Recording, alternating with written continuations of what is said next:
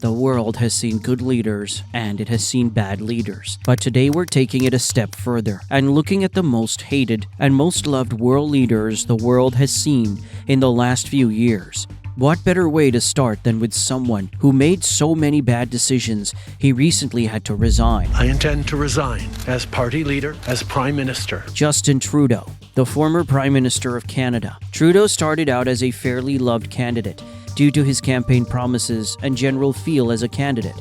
Then his first of many scandals crept onto the scene during his campaign.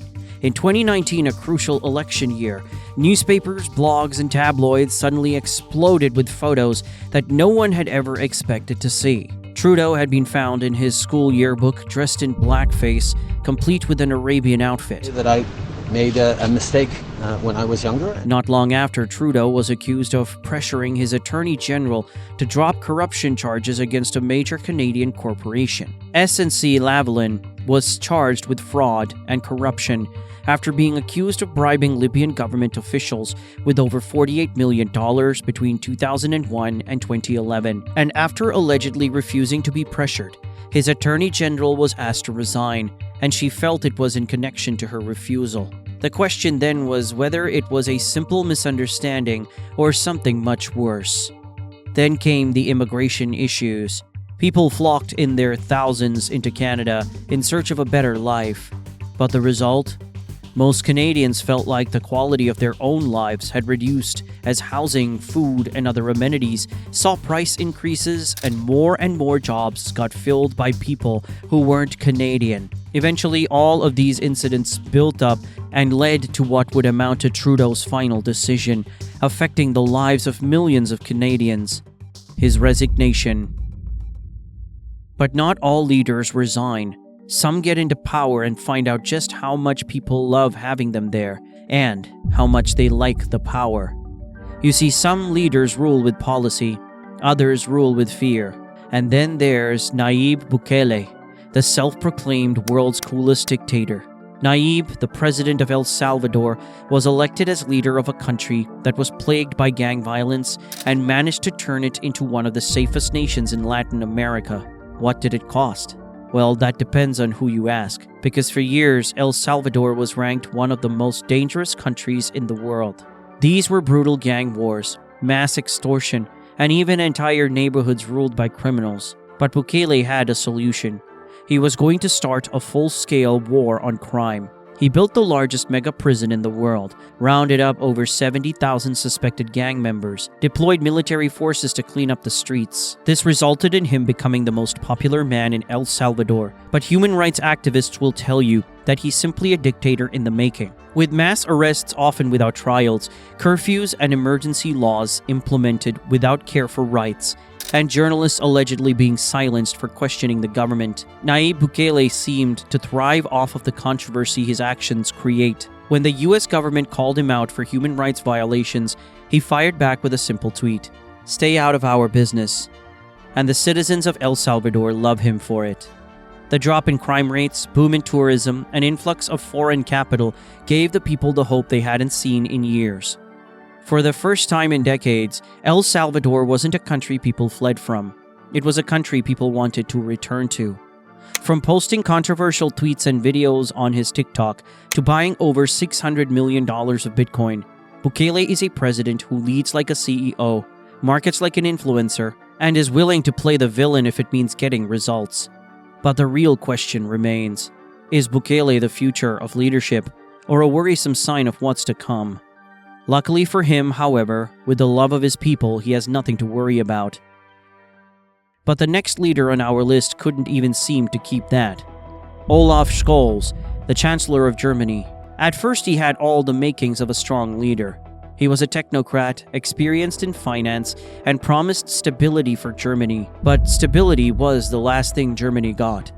Germany was already facing economic turbulence when Scholz made the call to phase out nuclear power. His reasoning? A push toward greener energy, a policy designed to align with Germany's environmental commitments. But the timing couldn't have been worse.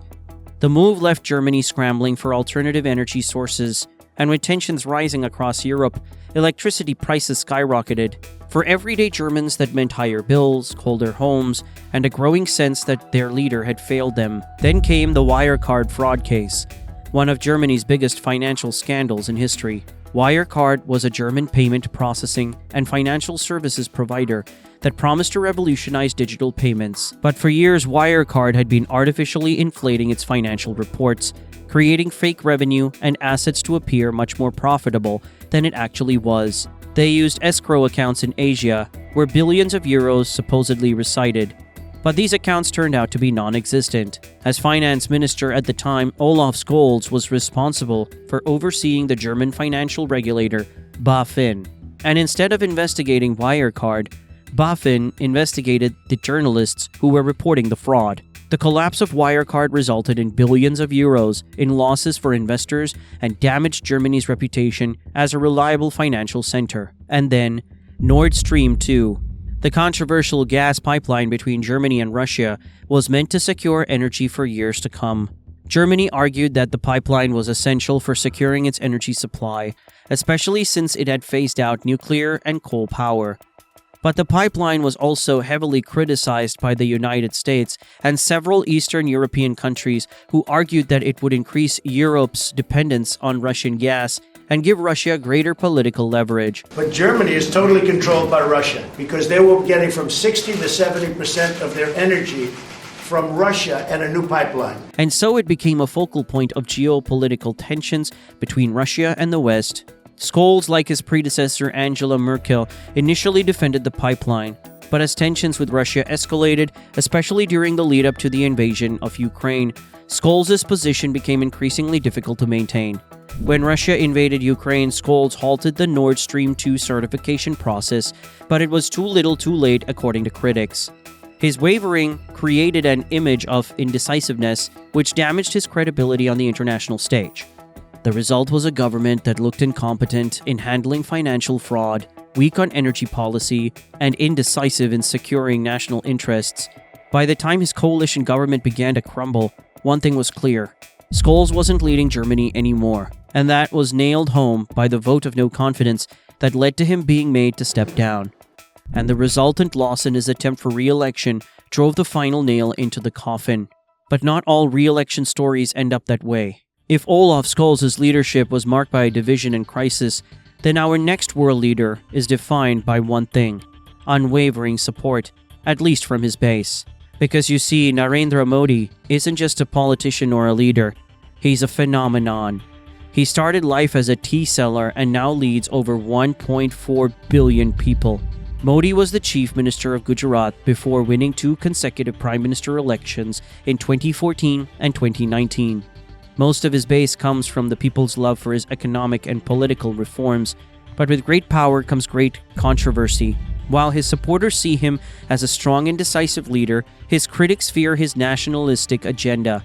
Since elected, he's implemented a lot of planning decisions, including the Citizenship Amendment Act, which allows certain religious minorities from Pakistan, Bangladesh, and Afghanistan to become citizens of India. His supporters said that it protected persecuted minorities, while his opponents called it discriminatory, as it explicitly excluded Muslims from the eligible religious groups. Then came the Kashmir crisis. He helped India revoke Article 370, stripping the Jammu and Kashmir region of their special statuses. For many Indians, it felt necessary for true unity, but for critics, it felt like he was beginning to overreach. But one thing remains constant through every controversy: Narendra Modi never wavers. International criticism, he brushes it aside. Domestic opposition, he rallies his base even stronger. Mass protests, he pushes forward undeterred. And his approval ratings remain sky high to support his decisions. Because for his supporters, he isn't just a leader.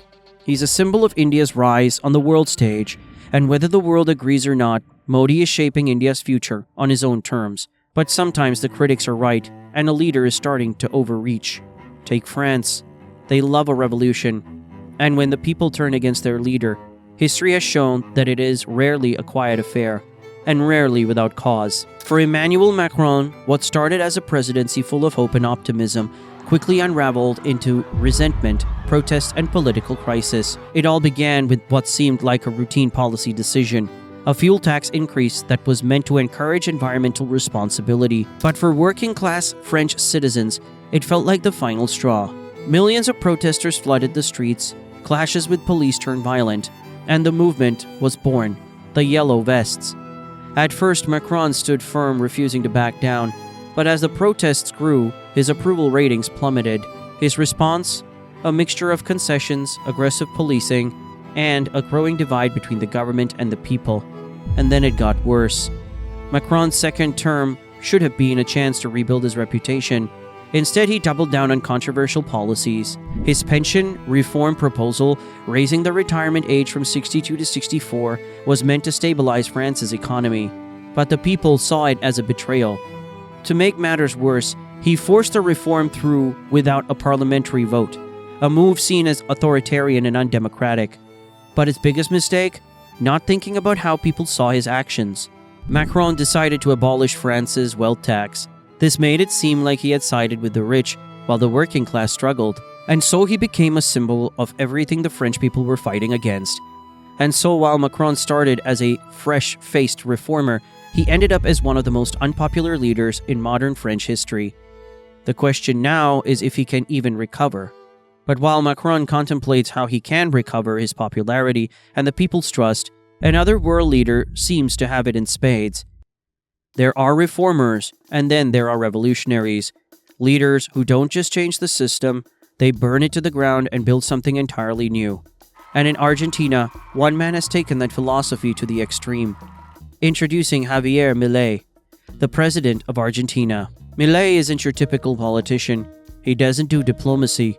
He doesn't play by the rules. And he calls himself an anarcho-capitalist. His entire campaign was built on one explosive promise: to tear down the corruption system and start fresh. And his weapon of choice? The chainsaw. Argentina has had one of the highest inflation rates in the world, and their economy has been in crisis after crisis for decades. But Milei's solution was a brutal, no-holds-barred economic overhaul. These methods were supposed to reduce inflation and improve the economy by reducing how much the government borrowed for its spending. And by reducing the government's ability to print money, he also is reducing the amount in circulation.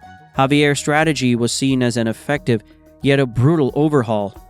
To his followers, Milei is a hero, a man finally standing up to corruption and economic disaster. But to his opponents, he's a reckless ideologue who will push Argentina into collapse. Milei isn't just a president, he's a spectacle. At the very least, however, Javier Milei has managed to control how far over the edge he's gone, because for some leaders, they've gone so far over the edge that there's nothing left. In the Czech Republic, Petr Fiala is facing a nightmare scenario. When he took office, there was hope, but now he's the most unpopular leader in the country's modern history. The cost of living is skyrocketing, and inflation is eating away at people's paychecks. Ironically, Fiala promised lower taxes, economic relief, and stability during his campaign. Instead, they've gotten tax hikes, a struggling economy, and a government in crisis. For Fiala, it's no longer about leading the Czech Republic. It's about surviving. The real question: will he be able to hold on to power at all? Because when a leader loses the trust of his people, the next step is inevitable. And for Fiala, the countdown has already begun.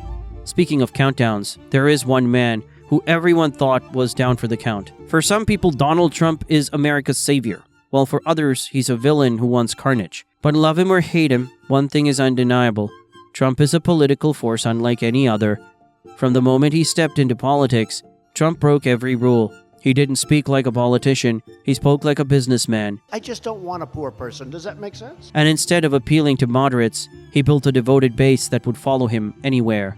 One of Trump's biggest selling points was his handling of the economy. Corporate tax cuts, trade wars with China, stock market boom. He's always seeming to make decisions that keep his supporters' base happy and firmly in his court.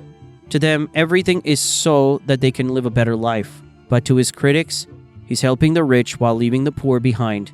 What makes Trump different from other politicians? He never apologizes, he never changes his style, and he never stops attacking his enemies. Kamala, you're fired. Get out of here. You're fired. And don't forget when he had a verbal fight with Ukrainian President Volodymyr Zelensky in the Oval Office. You're not in a good position. You don't have the cards right now. With us, you start having not playing cards. cards. Right now, you I'm don't. very You're playing serious, cards. serious. You're I'm gambling the with the president lives in of war. millions of people. You think- You're gambling with World War III. That's why since his re-election, he's only grown more popular. Because in politics, some leaders are forgotten. But Donald Trump, he makes sure that will never happen.